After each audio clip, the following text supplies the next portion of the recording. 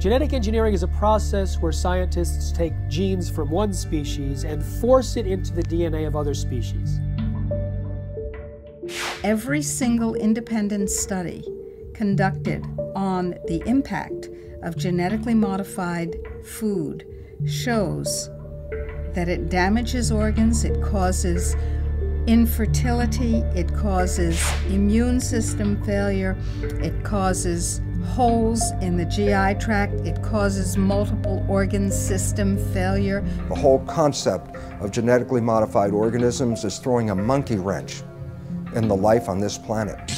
What if we could produce more yield on the same amount of land, squeeze more water from a single raindrop, conserve natural resources while caring for the environment? Monsanto is the company that told us that PCBs were safe. They told us that Agent Orange was safe. They told us that DDT was safe, and now they're in charge of telling us if their own genetically modified foods are safe. The reason why we have 170 million acres of genetically engineered corn and soybeans and cotton and canola oil and sugar beets in the United States is because it doesn't have to be labeled.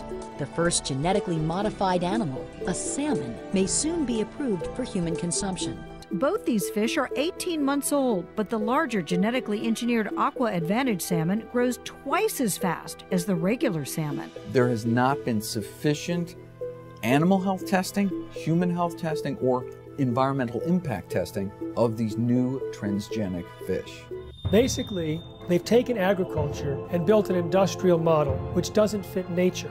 So instead of changing their agricultural model to accommodate what is natural, they're changing nature to accommodate the industrial model. If you have an organic corn crop that sits next to a genetically engineered corn field, and it happens to tassel at the same time, and it happens to be downwind, you're going to get your crop contaminated.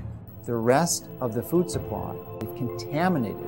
Then the genie is out of the bottle, and it's maybe physically impossible to turn the situation around. In the genetic engineering revolution, these seeds are now patented property of one corporation called Monsanto. The pharmaceutical industry has no interest in having you well because they don't make any money if you're well. And the pharmaceutical industry is the biotech industry.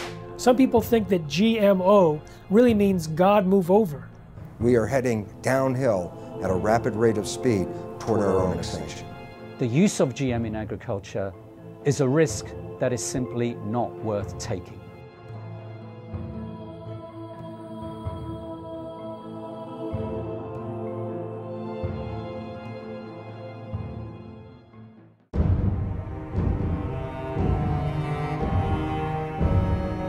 Any scientist that looks into the research or the lack of research on the safety of genetically engineered food comes to the conclusion that these foods should not be on the market. They need another decade or two of research. Monsanto is the company that told us that PCBs were safe. They were convicted of actually poisoning people in their town next to the PCB factory and fined $700 million. They told us that Agent Orange was safe. They told us that DDT was safe, and now they're in charge of telling us if their own genetically modified foods are safe. Because the FDA doesn't require a single safety study, they leave it to Monsanto.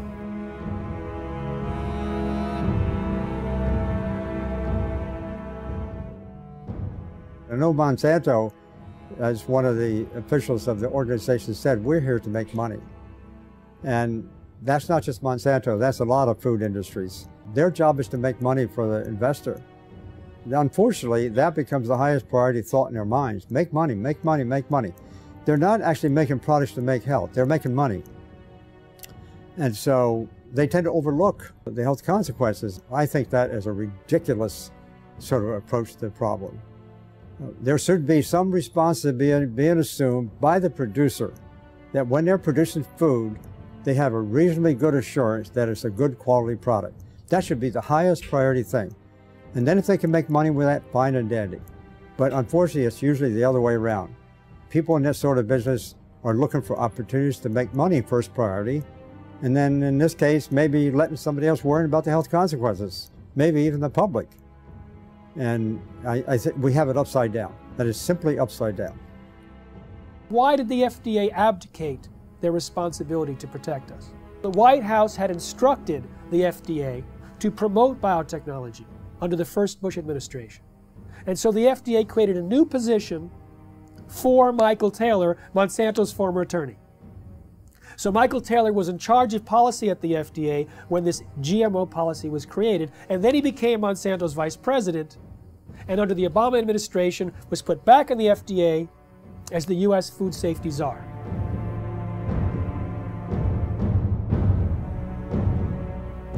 In reality, the overwhelming consensus among the scientists at the FDA were not only that GMOs were different, but that they were inherently dangerous, that they might create allergies, toxins, new diseases, and nutritional problems. They had urged their superiors to require long-term study, and when they saw drafts of the policy coming back to them, they were angry and urged their political appointees to change course. But Michael Taylor and the political appointees ignored the science, ignored the scientists, denied the existence of their concerns, and set forth a policy that allowed GMOs to be put on the market in a way that creates unprecedented risk for human beings and the environment. The FDA is composed of smart people, but they're smart people with a conflict of interest. They're smart people who make their decisions based on what will support their financial needs or their academic needs, not what makes scientific sense. What you can do with GMOs is basically engineer food in ways that make it most profitable from the company's perspective. But from the company's perspective, whatever negative aspects of that might exist are simply irrelevant. And more than being irrelevant, the company is motivated to try to suppress knowledge about those negative aspects. The company is motivated to try to suppress government attempts to regulate in relation to those negative aspects. The company is motivated to try to infiltrate government and lobby government. I mean, when you look at the Clinton administration, Bush Sr., Bush Jr., and Obama, you look at various high-ranking positions in the administrations of all of those presidents, you find people who have worked for Monsanto. Most people don't realize that Monsanto has been around for about a century. They've acquired lots of resources, and they are very clever and sophisticated. They know how the game works. They understand lobbying. They understand bribery. They have been effective at essentially stacking the political structure, the federal regulatory agencies in their favor, to the point that it's almost physically impossible to pass any type of federal regulations or legislation, because the people who make those choices have been in the revolving door of Monsanto. They either previously worked for them or they're paid consultants for them. The governments now, wherever they are dependent on corporations. Who are these governments? Who are these companies, corporations, telling people what to do, what to eat, what to feed their children? We are people, we're the children of God. We have constitutions, we have our constitutional rights to eat and feed our families that nature produces. They say, no, we don't have that right. In fact, we're going to force that on you. It's the FDA and the USDA who helped lead the charge for these new food safety bills. There's nothing in those bills to protect you. It's there to protect the genetic engineering industry. And unfortunately, if we don't stop this, you won't see organic farmers. The laws in the bills currently are so strict, so arbitrary, that if you are a small organic farmer, you can't meet their requirements for safety. As a result, you'll go out of business. Not a single human being on earth gets up and says, boy, I can't wait to go to the supermarket and buy a GMO food. And why is that? That's because after 30 years and hundreds of billions of dollars of public and private investment, they haven't been able to come up with one thing in this food that actually helps the consumer. No better taste, no lower price, no more nutrition, nothing, zip, zero, nada. 85% of all the genetically engineered crops in this country and around the world are designed so you can soak them with weed killers, toxic herbicides. And who are the big companies that do this? Come on, you know who they are. Monsanto, anybody, what? Who else? DuPont, Dow Chemical, Syngenta, Bayer. What kind of companies are these? Chemical companies. As the chemical seed package has spread, and now with genetically engineered seed that originally was free in India because it belonged to the farmers, or was low cost because it was released from the public sector universities that did seed breeding. In the genetic engineering revolution, these seeds are now patented property of one corporation called Monsanto.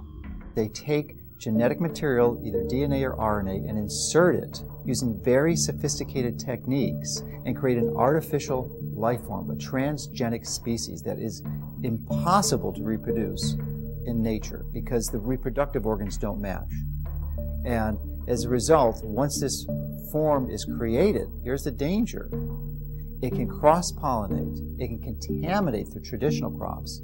Percy Schmeiser was a farmer in Canada who was contaminated by Monsanto's genetically modified seed.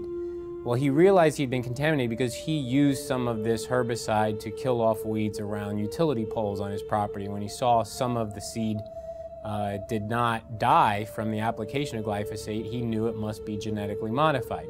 Well, he didn't do anything to purge his property of that contaminated seed. It would actually take 3 years of taking your crops out of use before you could completely purge them of the genetically modified seed. He decided he didn't want to do that because that would be costly.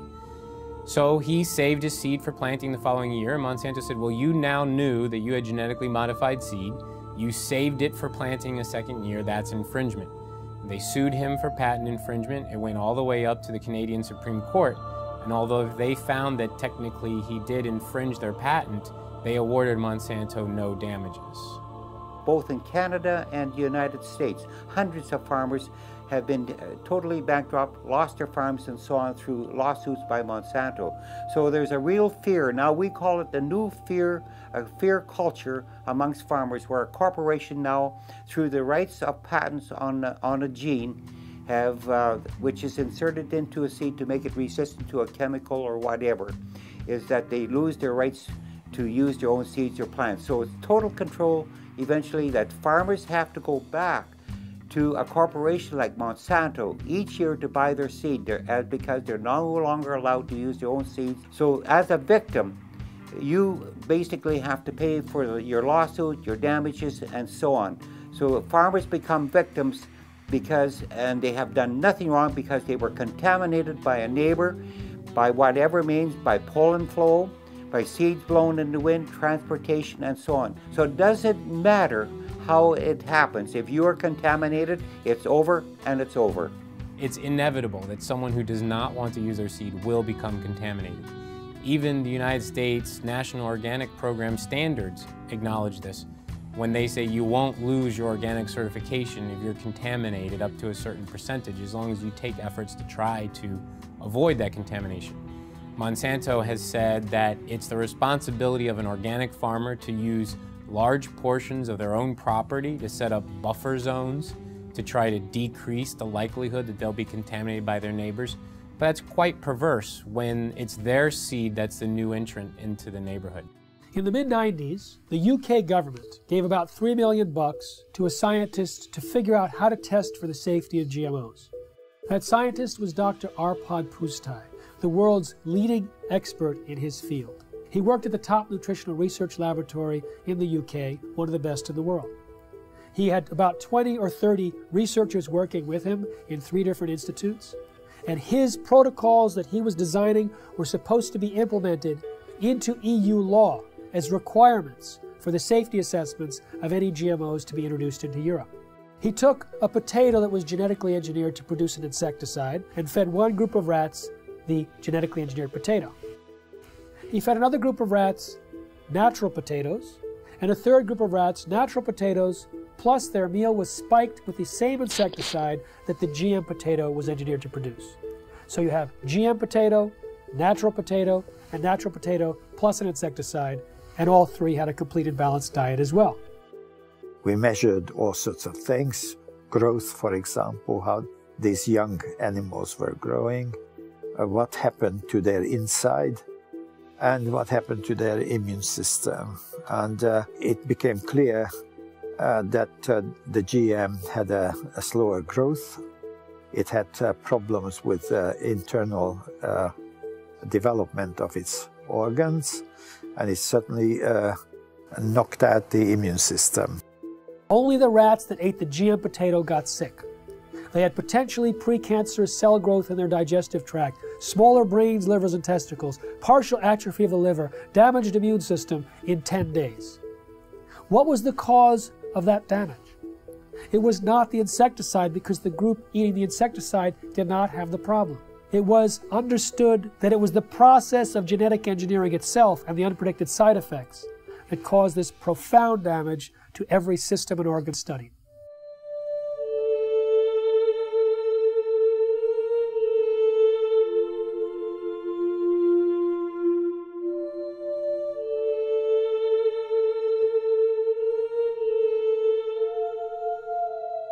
He shared his concerns about GMOs and was a hero for about 2 days at his prestigious institute. The press was going wild. Here was a main scientist who was saying that we should not treat the people as guinea pigs, and that he personally wouldn't eat GMOs from what he understood. The director of his institute received 2 phone calls from the UK Prime Minister's office. The next day, Dr. Arpad Pustai was fired from his job after 35 years, silenced with threats of a lawsuit. His team was disbanded. They never implemented the protocols. Instead, a campaign was launched to destroy his reputation in order to promote and protect the reputation of biotechnology. We do have all the methods available for testing the safety of GM crops. It will be unforgiven by humanity.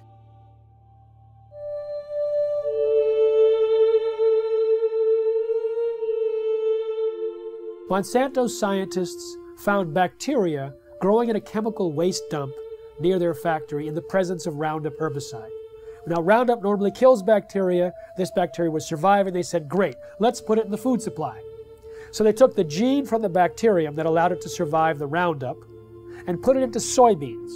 And now those Roundup-ready soybeans can be sprayed with Roundup herbicide, and they don't die. Just all of the other plant biodiversity in the ground dies. The active ingredient in Roundup is called glyphosate. Glyphosate was patented in 1964, not as an herbicide, but as a broad-spectrum chelator. It hugs a lot of different minerals that are needed and does not allow the plants to access them. It also destroys some beneficial microorganisms in the soil, which normally provide nutrients to the plant. It also promotes pathogenic organisms in the soil, which then overrun the plant. And so it creates weaker plants, stronger disease, and the disease does the killing. Now, what do the livestock in the United States eat?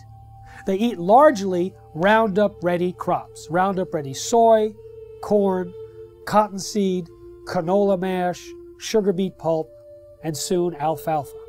So a huge percentage of their food intake is Roundup-ready crops. Now remember, Roundup pulls the nutrients out of the crop. It makes them unavailable.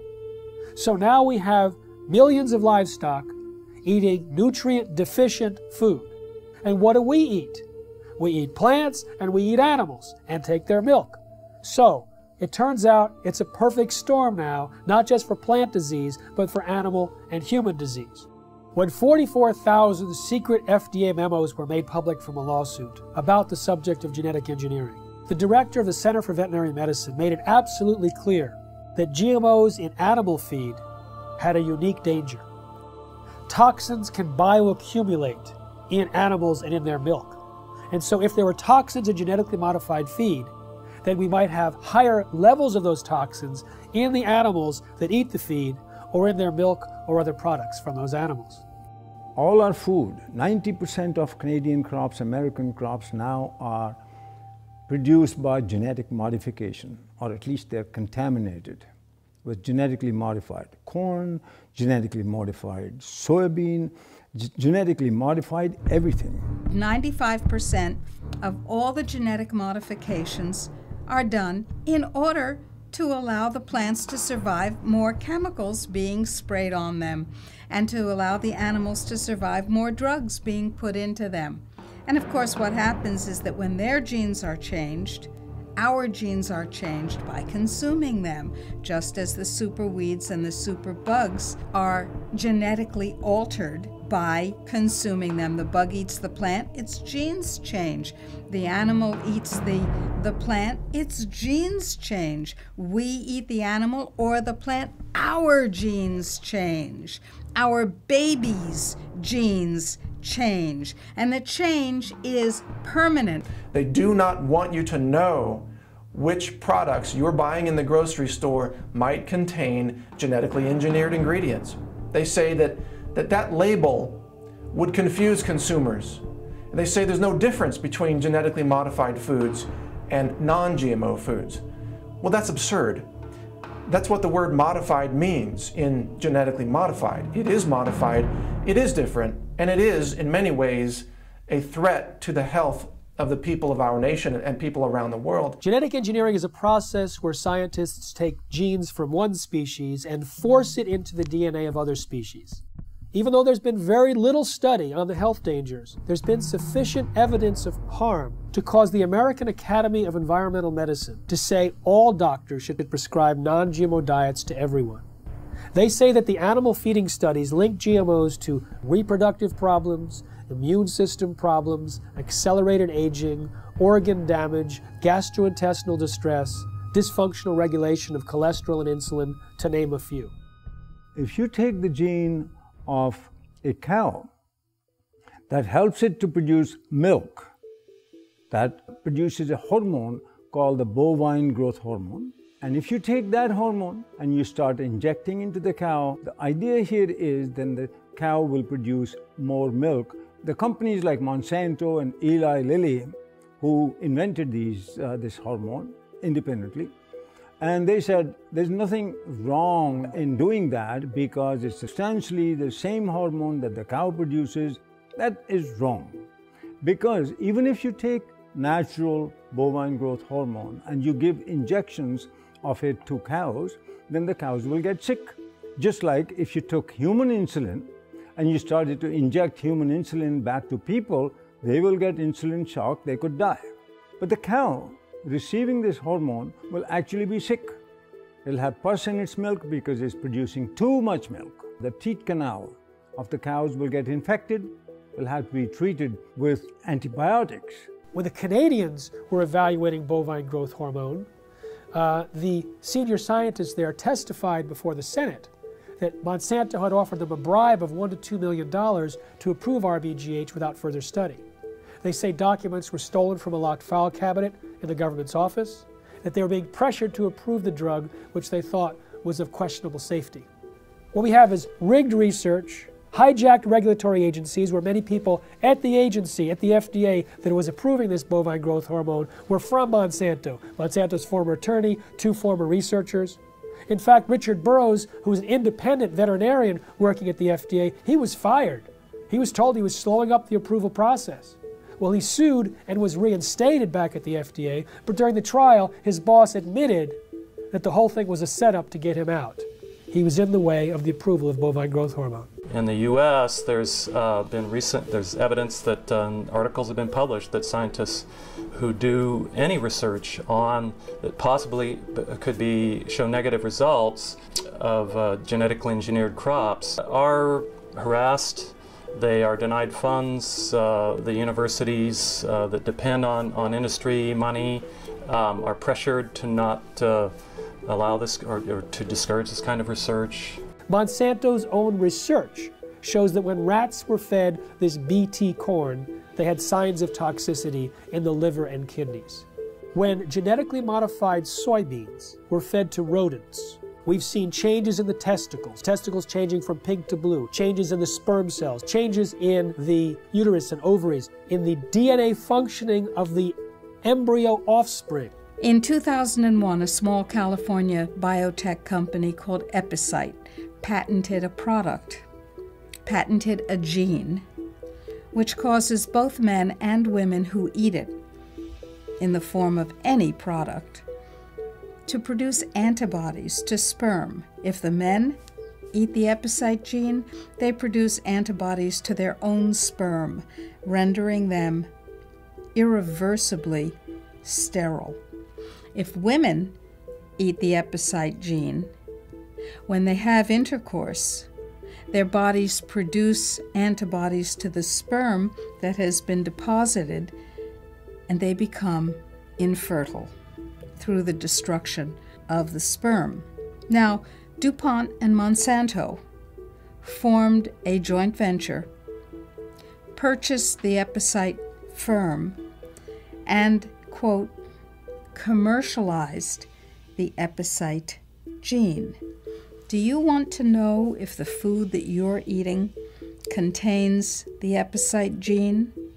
Sure you do. How about the food that your children are eating, or your grandchildren? Sure you do. We've seen smaller babies, a death rate that's 5 times that compared to controls. Sterile babies, even babies with hair growing in their mouths. And this has been done by government scientists as well as independent scientists who are at the top of their field. Pay close attention to what you're about to see. These rats have been fed with transgenic corn during their entire life cycle. The tumors they suffer from are enormous. The study that revealed the effect of the GMOs on the health of these rats has just been completed. It lasted for 2 years. We spent over a year trying to obtain transgenic corn because no GMO manufacturers were willing to provide them. This is because Monsanto requires contracts to be signed stipulating that the seeds must not be used for testing. We wanted our study to be independent. Every rat was dissected to identify the way each diet, GMO and Roundup on its own, had acted on the metabolism of each animal, focusing on the development rate of the tumors that only start to manifest themselves after the initial 3-month period. Each step up represents a large tumor, which can measure 17 millimeters by 17 millimeters. 94% of them take effect in the mammary glands, which would equate to breast cancer in a woman. We are faced with renal tumors for the males. Some males also suffer from mammary tumors. One could have thought that the main cause of death was coming from the pesticide added to the corn. But what the study highlighted, and this for the first time ever, is the fact that the transgenesis itself could have killed the rats. What this means is that just by interfering with the genome of the plant in order to modify it, we are faced with repercussions that no one could have anticipated. This is enough to make us reconsider all the scientific precepts that led to the creation of GMOs. We realized that GMOs without any Roundup residue were responsible for an increase in the death rate of females and of some males. This is the GMO that is being eaten by the Americans, but also the GMO that has been approved for importation by European agencies, and that contaminates our food. When they allow animals to graze on the cotton plants after harvest in India, for years and years there was no problem. When they introduced this Bt toxin-producing cotton, thousands of sheep died, buffalo died, goats died. I've interviewed the people myself, seen pictures of their dead animals. These animals were successfully grazing on non-Bt cotton plants for years. In one case, 13 buffalo grazed on Bt cotton plants for a single day, and within 3 days they were all dead. Unfortunately, there's not sufficient follow-up. One small non-governmental organization pleaded with the government in India, please do some research on these animals. The government refused. They pleaded with universities offering to pay for the research themselves. They refused. So this small NGO did their own research. They put 3 sheep in one field with Bt cotton Bollgard 1, 3 with Bollgard 2, and 3 with non-GM cotton. Within a month, all 6 sheep eating the Bt cotton plants died. But 3 eating the non-Bt cotton plants had no symptoms. But their research was dismissed because it wasn't a government agency or a university. So we have a situation where the evidence is there, but it's not being paid attention to because it's being drowned out by the big bucks and the biotech industry with their tobacco-type science and their distortion and denial of the facts.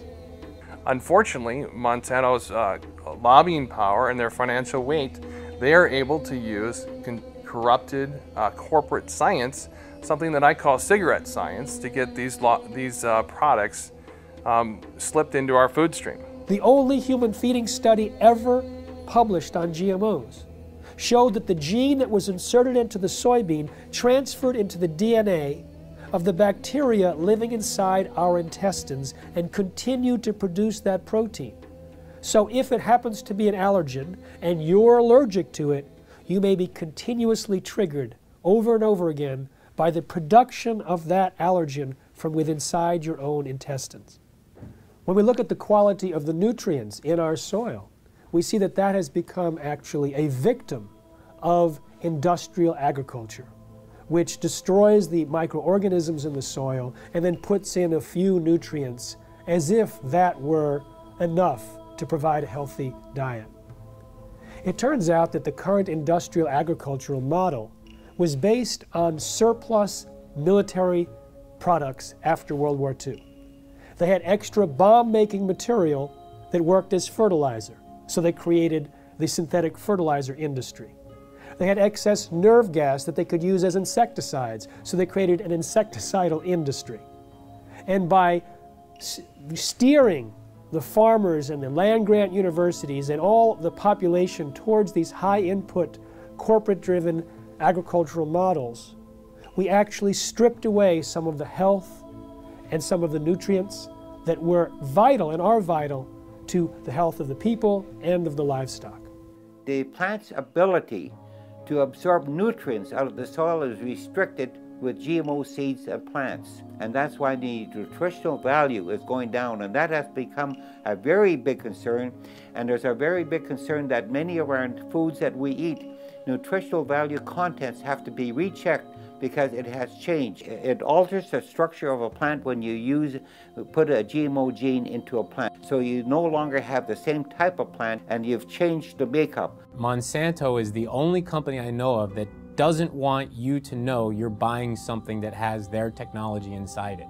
You know, cell phones, computers, automobiles, everything else we purchase, clothing, is branded because everyone wants to know, they want consumers to know that their product is inside whatever you're purchasing.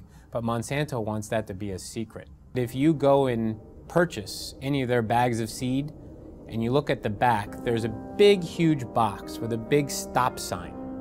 And when I first saw this, I thought that meant stop, this seed is dangerous. Don't swallow it, wash your hands after you've touched it. No, all those health warnings are lower down the bag in smaller font.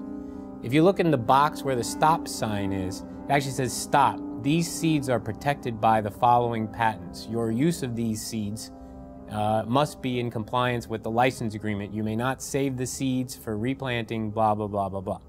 So they object to labeling of food that consumers buy, but they have no problem with labeling their own product with all of their patent numbers. So there's some things that they want the public to know and other things that they don't.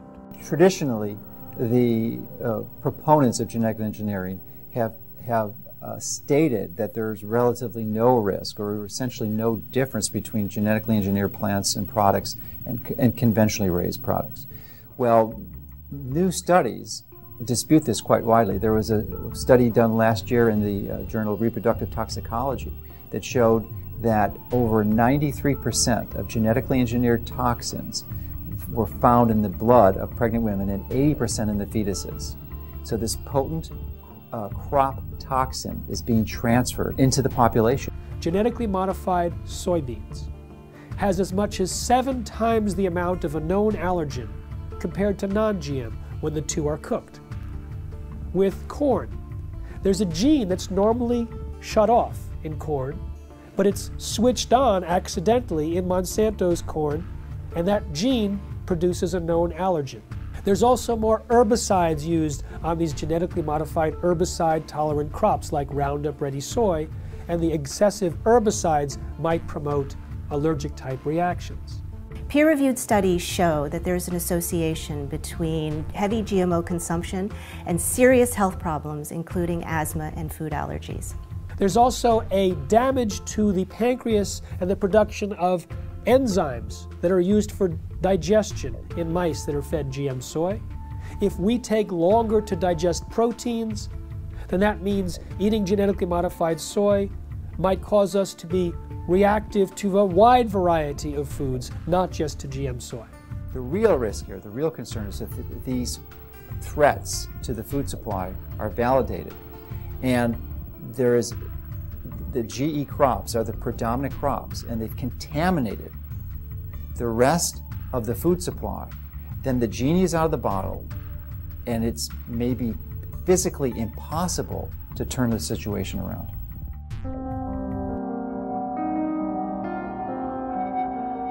There has been no long-term research on the concept or consequences of what this genetic modification does, not just to us, but to the environment. And right now, from all the research that's showing up, it says this has a very negative and profound effect on destroying the environment in which we live. So therefore, I find it senseless that the government would support and condone genetically modified foods without even having the basic research to understand the liabilities involved in creating these monster organisms and putting them into our world. The conversation in Europe and in countries in South America and in Asia is much more sophisticated in terms of its understanding of science, the importance of independent peer-reviewed science that isn't contaminated or corrupted by corporate influence. Here in the United States, you know, the birthplace, the bedrock of the free market system and democracy, we are having our rights corrupted by corporate influence. The major impact that Monsanto has, their ability to get their products approved with minimal scientific oversight and minimal review of these products for human health testing, is really an abomination. The entire scientific foundation underneath genetically modified organisms is false, because organisms are not genetically determined. And when we understand that, we recognize that the only way to create crops that will benefit humanity is to understand nature herself and learn to live in harmony with it. And this is a completely different approach than humans have had for the last couple hundred years, where we always thought, oh, humans' job was to control and dominate nature. In that process, we are now leading the world into the 6th mass extinction of life on this planet. 5 times in the history of this planet, life essentially got wiped out and started all over again. The 5 previous mass extinctions are attributed to things like comets or asteroids hitting the Earth and destroying the environment. We are now deep into the 6th mass extinction of life on this planet. We are losing species of organisms faster than even in the previous 5 mass extinctions. But the source of the problem is much closer to home than a comet or an asteroid. Science has recognized that it's human behavior that is undermining the web of life. Rather than trying to control nature, our mission is actually how to learn to live in harmony with nature. The FDA, which treats the American people as slaves, knows that if people knew the truth about how healing their foods can be and how dangerous the processed foods really are with all their chemical contaminants and their genetic modification, if people knew the truth, they would demand food freedom. They would demand access to healing herbal therapies and healing dietary supplements. They would demand that the FDA back down from its intimidation campaigns that have been leveled against producers of dietary supplements and herbal remedies and raw dairy products and so on. The people would demand that if they knew, and that is why they are kept ignorant under this campaign of disinformation currently being waged by the FDA. I've been vigorous in my opposition of these strategies that these large corporations use to use their influence for their benefit. And as a result of my positions, I'm frequently criticized by their own local networks, the skeptic networks and such. And they're also their ability, because they are so politically connected, to use the federal regulatory agencies to come after me personally, to file claims against, or statements against my company, and also to criticize me such that it can be viewed in most of the traditional media to skew the information, the truth of what we're saying. They twist the tables. It looks like we're the bad guys when actually nothing could be further from the truth. We're just seeking to help people understand what the true reality here is, and give them the tools to make that distinction and give them the right to know. In the early 2000s, Monsanto and the biotech industry vilified a scientist for his linking of Bt corn to a decrease in monarch populations. 2 years ago, another research paper came out confirming that yes, Monsanto's Bt corn and their Bt cotton products were actually reducing the habitat of monarch butterflies. Monarch butterflies are the canary in the coal mine on the prairies in the Midwest. Of the major impacts, the negative environmental impacts that these products are having. The large-scale cultivation of GMO crops can harm biodiversity in a number of different ways. One is that in the case where the crop is engineered to be tolerant to a herbicide, such as Roundup or glufosinate, then the application of high doses of these weed killers destroys the weeds upon which other organisms normally would be consuming. So the insect population is reduced, and then there isn't the insect population upon which the birds are also consuming.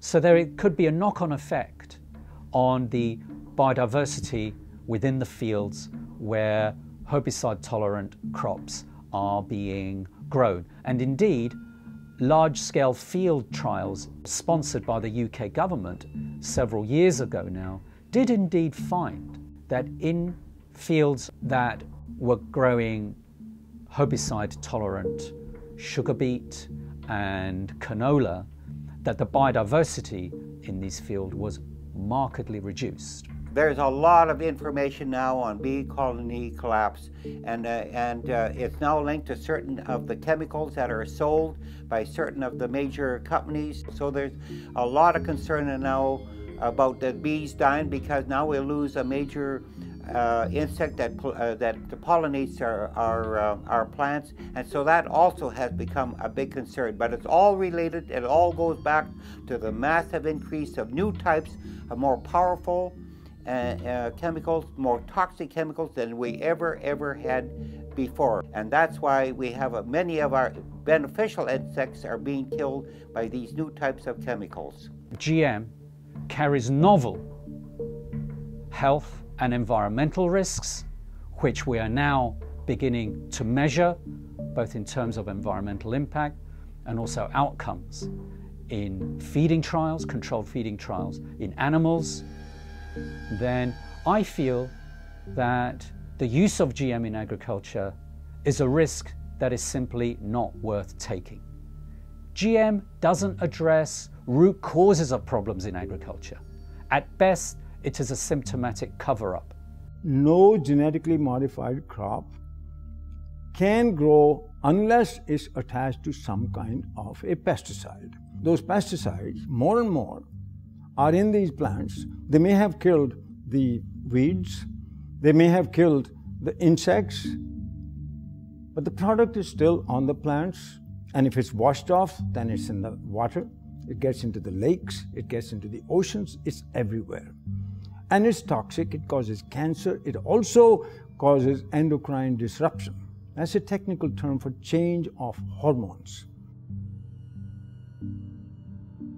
They don't even want to label that this is genetically modified. The milk is genetically modified, or the crop is genetically modified.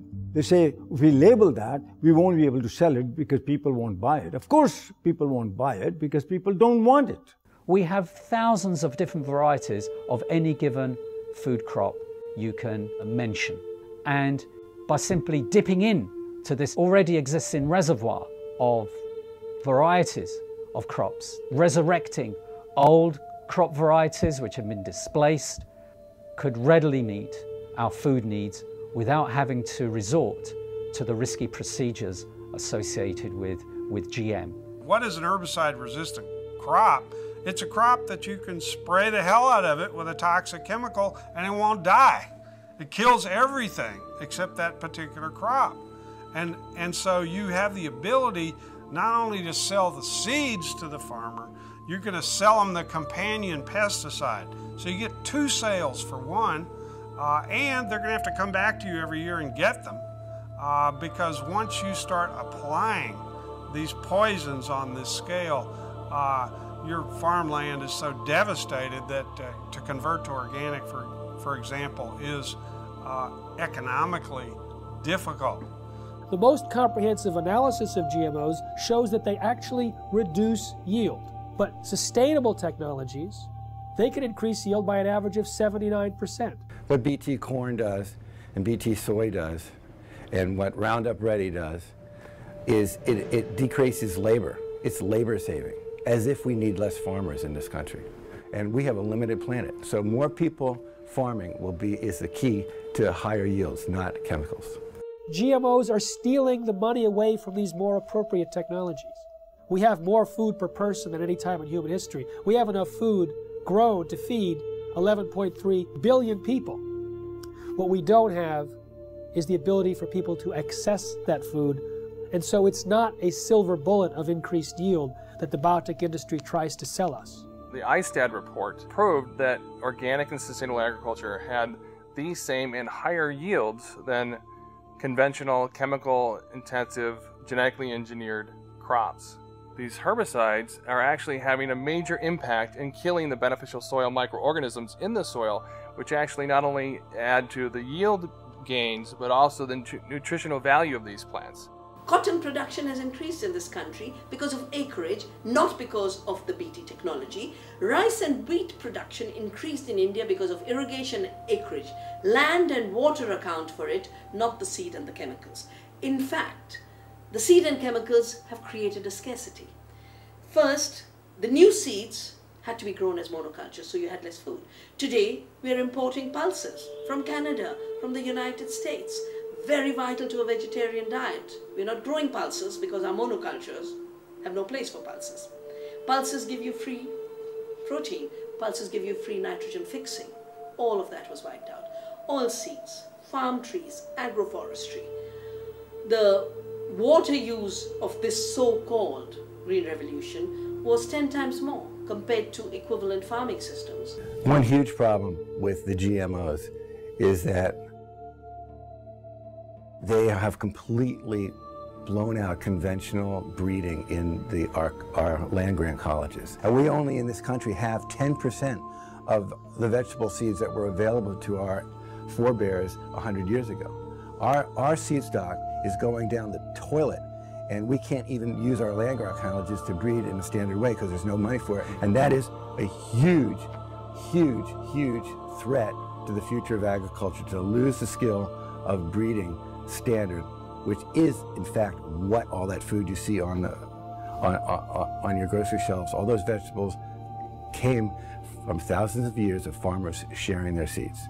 As a result of the loss of beneficial soil microorganisms, not only have the yields gone down, but there's been a dramatic increase in the rise of crop diseases, which are infecting corn and soybeans in the U.S. We're sacrificing, our soil just because it's an easier way to farm, and trying to convince ourselves it's more economical, but it's not. I'm seeing neighbors' fields who've been doing this stuff for 15 plus years. They can't get rid of a lot of weeds now. These weeds are getting resistant to the glyphosate herbicide, so farmers are upping rates, more herbicide. But then all of a sudden that's not doing it anymore, so you have to switch herbicides. So now the soil is just more and more and more full of poison. So there's going to be more sickness in that field. It's going to be more susceptible to diseases, insects. It won't make it through drought periods as long. The same crops side by side, right across from each other. The natural plants are going to make more over time. And you have a soil that you continue to poison, nature's going to win. In 2006, Cornell University released a study on soil degradation that stated by the year 2050 that 30% of the land that's already cultivated will be unfarmable. Now the thing about Roundup and glyphosate is that it stays in the soil for months or years. and it continues to cause the reduction of available nutrients and the promotion of these diseases. And so people like Dr. Don Huber from Purdue University, have identified more than 40 plant diseases that are on the rise in the U.S. because of the overuse of Roundup and other glyphosate-based herbicides. Now, it pulls these nutrients out of the food supply for months or years. According to Reuters, in 2007, there was about 184 million pounds of glyphosate herbicide used in the United States. Now, that's one of many, many years, hundreds of millions of pounds, which means hundreds of millions of pounds of nutrients have been tied up and taken out of the food supply. When we have a company like Monsanto that says, I don't care what nature says, I'll create the crops that I want, and we look at what happens, we see another step, another process in our own demise. This is a very powerful enemy, a classic David versus Goliath challenge. And there's the only way we have any approach, any possibility of ever winning this thing is if we work together as a cohesive group. The whole concept of genetically modified organisms is throwing a monkey wrench in the life on this planet. And until we change that, we are heading downhill at a rapid rate of speed toward our own extinction.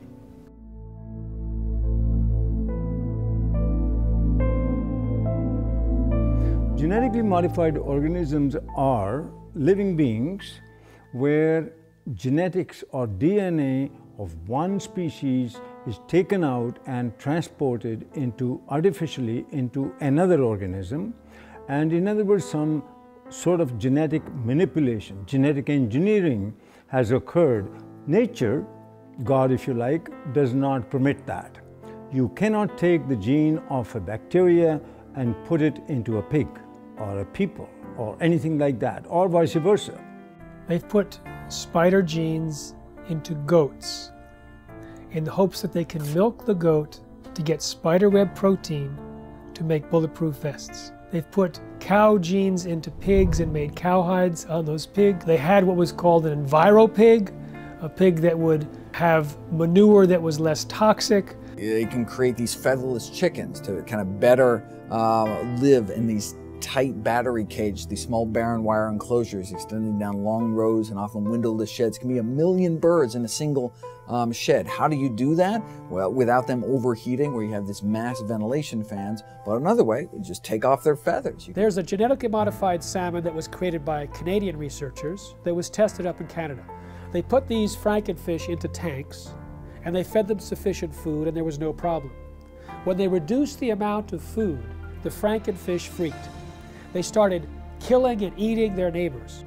So what happens if the FDA approves these frankenfish and let's say they escape into the ocean? I don't know what's worse, the extinction of natural salmon or the roving of these frankenfish going around and killing and attacking other species and changing the whole ecosystem balance. They both have a mating advantage because they're larger, but they have a survival disadvantage. And it's that combination that, should a male transgenic fish escape into the wild, cause the rapid collapse and extinction of both transgenic and wild fish in as little as 50 generations. Scientists take genes from one species and force it into the DNA of other species. Now, the process itself creates massive collateral damage in the plant or animal, but they don't test for those changes and the side effects before they introduce, say, the crop into our food supply. DNA is the inherited material of life, and it is where genes are structured. So we inherit half of our DNA from our mothers and half of our DNA from our fathers. And within the DNA are the genes that encode for all the structures of the body. So the DNA is like a blueprint. Just like an architect has a blueprint for a building, the DNA is the blueprint for all the structures of the body. So when a gene is switched on to function, the information within that gene is being used to manufacture a protein. And that protein is then builds the structure of the body. And then proteins in the form of enzymes carry out all of the chemical reactions of the body that constitute the living organism. When the GM gene is introduced into the plant, the genetic engineer has no control over where the GM gene integrates or splices into the DNA of the plant. And the effect of this is that the GM transformation process as a whole actually is very disruptive on the DNA structure and function of the organism. As a result, very unpredictable and potentially hazardous outcomes. Because if you disturb the balance of gene function, remember the gene function is controlling the structure and the biochemistry of the organism. If you disrupt the balance of gene function, you disrupt the biochemistry. And if you disrupt the biochemistry, you run the risks of creating novel toxins, novel allergies, as well as a disturbance to nutritional value. These types of outcomes resulting from the disruptive effect of the GM transformation process have been observed, are observable, and they're genuine. With our understanding of epigenetics, the new science of how environmental signals control our genes, we're introduced into the chemistry of where do the signals come from that select the genes and modify our genetic activity. Well, we used to say everything was due to the genes, but now we find there's a class of molecules called microRNA. They're very small RNA molecules, and they're found in all the cells.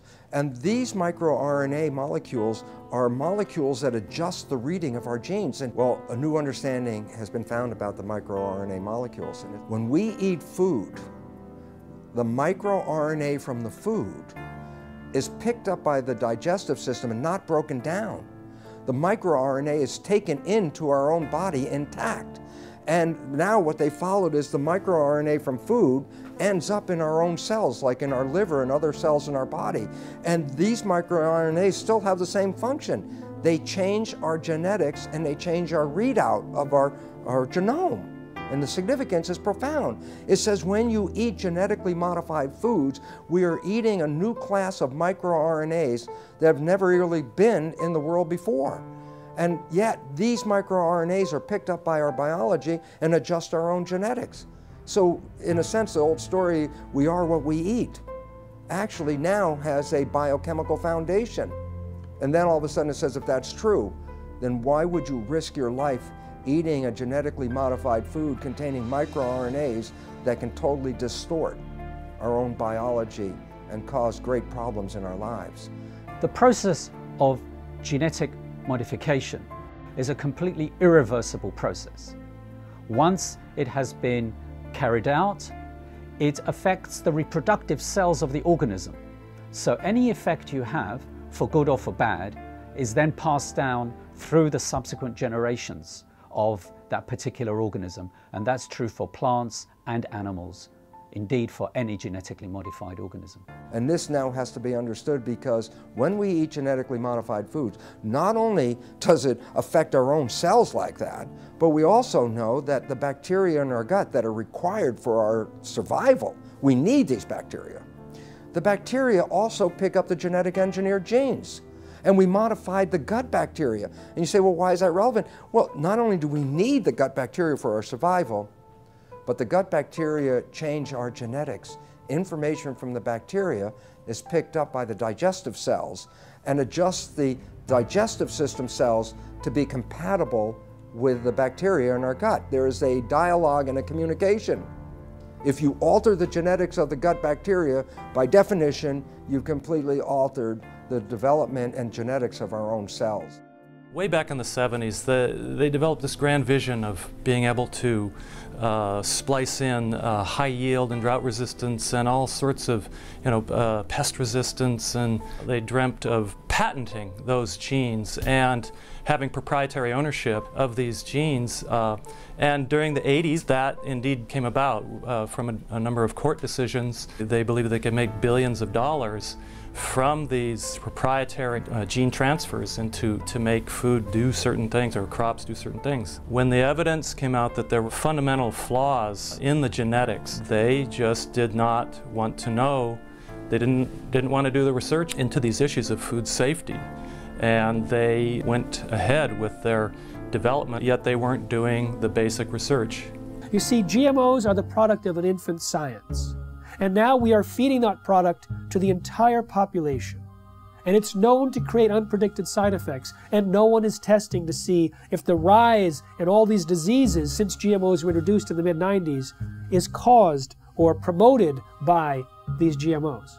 If Monsanto's patent on a gene, if that patented gene gets into any, and I'll use the term, higher life form. So what does that mean? Birds, bees, animals? And the question I have to ask, what about human life? If Monsanto's patent gene gets into you, gets into me, does that say they own me? Do they own you?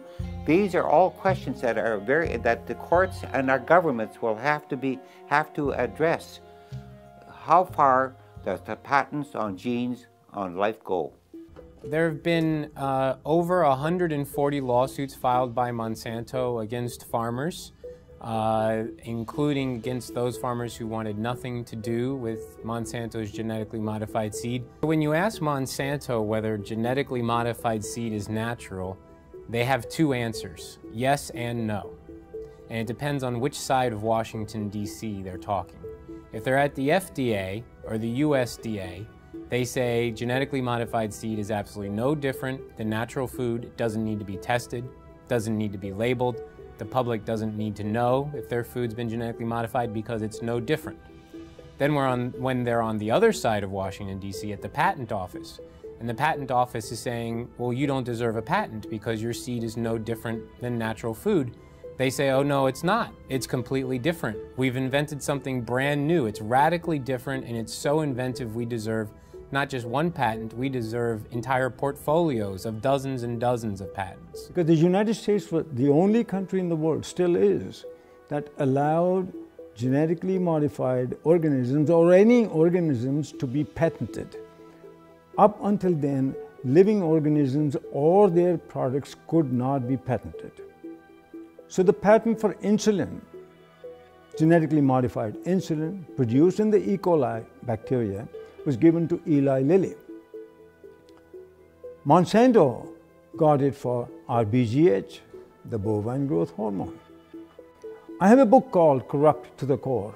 In that book, I describe, by quoting from a published speech by a Monsanto executive, saying how they're going to control the whole world.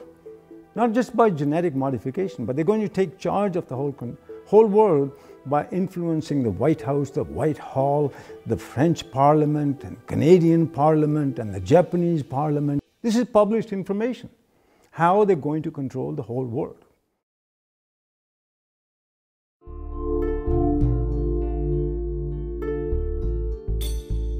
American people are beginning to become more aware and wake up to the fact that their government has been corrupted by corporations and the food that they're feeding themselves has possibly serious human health risks. In the European Union, where labeling is required, there's almost no genetically engineered food on store shelves and restaurants. There's almost none of it planted. Today, more than 50 countries around the world allow labeling of genetically engineered foods.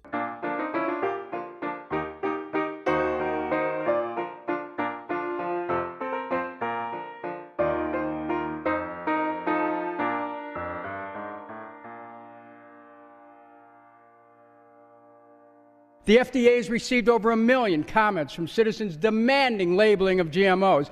90% of Americans agree. So why no labeling? I'll give you one reason. The influence and the corruption of the political process by Monsanto. If you have an organic corn crop that sits next to a genetically engineered corn field, and it happens to tassel at the same time, and it happens to be downwind, you're going to get your crop contaminated. In fact, even the seed stocks are becoming contaminated. I should have the right to be a conventional farmer. You should have the right to be an organic farmer if you're right. But if we have GMO farmers, you no longer, remember this, you no longer can have an organic farmer, you can no longer be a conventional farmer. You'll become a GMO farmer whether you like it or not. An expert in air pollution calculated how far corn pollen could travel in 24 hours, which is the maximum time that it can remain viable to cross-pollinate. It could travel under certain weather conditions over 500 miles. They want the public to sit down and not think about what happened before this piece of meat got on my plate. What happened before this glass of milk sat on the table? We have an ethical responsibility, I believe, not just to other humans and to the future generations. We have an ethical responsibility to all living creatures. We have increasing numbers of retarded and autistic and genetically damaged people among us. We have increasing numbers of lethal allergies and potentially lethal allergies that coincide with the introduction of genetically modified food. We have increasing amounts of autoimmune problems. We have increasing amounts of pretty much everything. The pharmaceutical industry has no interest in having you well because they don't make any money if you're well. And the pharmaceutical industry is the biotech industry, and it is the agrochemical industry. Thousands of doctors are now prescribing non-GMO diets to every patient. In fact, the American Academy of Environmental Medicine urges all doctors to do so.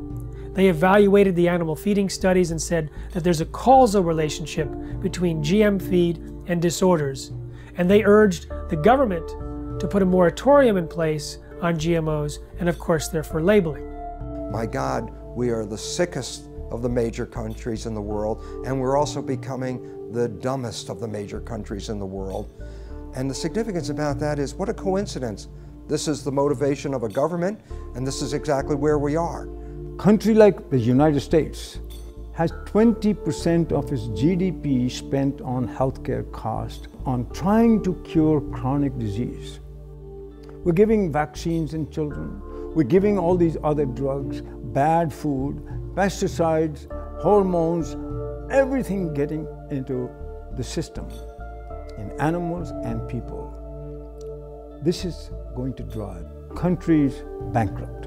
We're talking about people whose lives are either terminated through preventable diseases which were not prevented, through the toxification of their bodies by toxic food. Total population of the world is about 7 billion now. They're saying by 2050, the population will grow to approximately 9 billion. And these companies and the governments all over the world are saying the amount of food in the world will have to be increased to twice the amount. The biotech industry is promising to feed the world with crops that will have higher yields, even though it's not the amount of food right now that's the critical issue, it's access to the food. And access to the food is largely an economic issue. There's no shortage of food. This is purely due to corruption, because corrupt people in power won't let poor people have their share. Now, since GMOs were introduced, there has been a dramatic increase in infertility in the United States. But there's significant evidence both in laboratory animal feeding studies as well as livestock experience to point a finger at Roundup-ready crops as a potential cause. The newest information of a study just published a week ago shows that these toxins in the food have actually been associated with an increased intensity of obesity, and this is found in salmon and rats. And there are other suggestions that they produce long-term imbalances in fertility rates, in hormonal levels, and immune function, and the ability to digest foods. Big agricultural and chemical companies don't want to label GMOs. What these corporations say is that labeling GMOs will increase our food bills. What I say is if they're so concerned about our bills, then they need to focus on a bigger price tag, and that's our healthcare costs. And we're not just talking about the cost of medications here. How about the cost of missed work and lost productivity when parents have to rush their child to the emergency room or to a doctor's office? And for the children, how about the missed school and summer camp? We're talking about the emotional and societal cost played out over and over again, hundreds of thousands and millions of times over. So these companies that are promising us to have abundant food, bring prosperity, they're lying, and the governments are with them. I think if you really want to know the true story about what corporations are doing in our society, about the various harms and dangers that they present, you can't rely on mainstream media. You have to go deeper and you have to go further. That's going to be a very important piece in us moving forward. The fact that we do have those sources of investigation that are not beholden to corporations or corporate media, and that we do have a mechanism in the internet for disseminating them broadly. We have this sort of common enemy that has allowed the profession, the healthcare professionals and the journalists and a whole variety of individuals and media sources who you wouldn't think would be aligned, and typically many of us have disagreements on certain issues, but we've all come together to realize that this is a very powerful enemy, a classic David versus Goliath challenge. And there's the only way we have any approach, any possibility of ever winning this thing is if we work together as a cohesive group.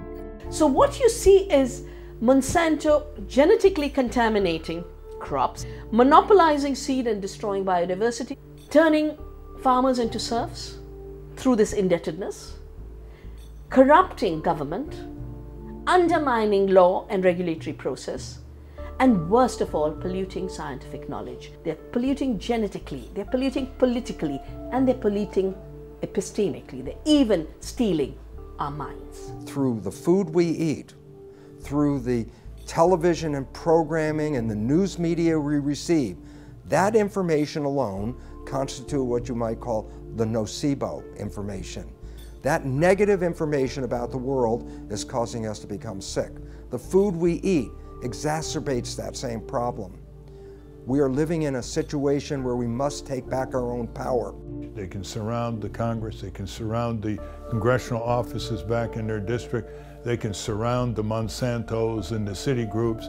And that's what they got to realize, that that's the first stage, because people showing up and massing together with agendas and with good artwork and signs and music scares the hell out of these politicians and their corporate masters. Let's use the power of government to support what we want, which is to have choices. Stand up that you should have the right, a human right to grow the foods and crops that you want. Americans have a right to know if their food is genetically engineered. It's time for labeling. It's time for people to know how their food is being produced. It is completely pro-capitalist to have things labeled. That's where you know what you're getting. And if the consumer over and over and over again says they want to know. They want to know, they want the choice. But producers are freaked out because the choice is not going to be for them.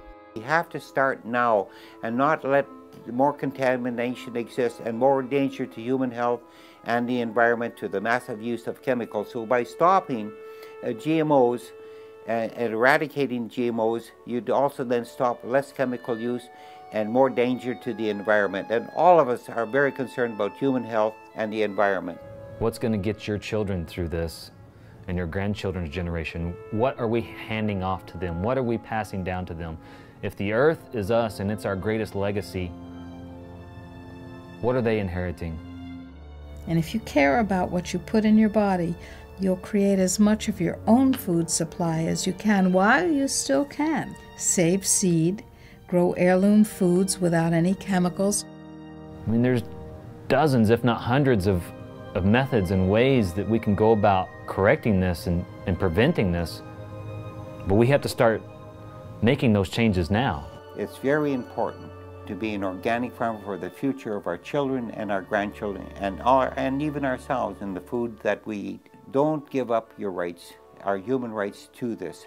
If what's important to you is what goes into your body and what your health is now and will be, then you have to become activated. But to do that, we have to recognize there's a new science, and that new science completely pulls the foundation out under the conventional science of genetics and GMOs. That science is false and destructive. And the wake-up call is knowledge. Knowledge is power. Lack of knowledge, a lack of power. And what this world is suffering from now is a lack of knowledge, because we do have knowledge. We have knowledge that says how we can thrive, live to a ripe old age of over 100 very easily, and enjoy the experience of being on this beautiful planet. In most Native American cultures, their beliefs or their concepts were based on, will this last for 7 generations? Whereas we're asking, what can get me through this year economically? 1 year, 12 months. That's one of our greatest problems right now, is to leap over that barrier, that mentality. Globalization has happened, it's here. But its effects have to be reversed. Globalization in a good way, where people learn about each other, people learn about each other's religions, to tolerate each other's spirituality, work together, work in nature, work with God. Because it's time for us to re-empower our lives. For 10,000 years, humans grew crops without chemicals. You know, it's time that we get mandatory labeling. It's time we cut down the biotech bullies to size. And then now, let's have that discussion again about chemical agriculture versus organic or traditional agriculture. The overwhelming majority of the public want us to produce food and to raise animals in the natural, healthy, humane way, in a way that doesn't destroy the environment, public health, and the climate. And we're going to get to that point, but it's going to require, as I often put it, the food fight of our lives.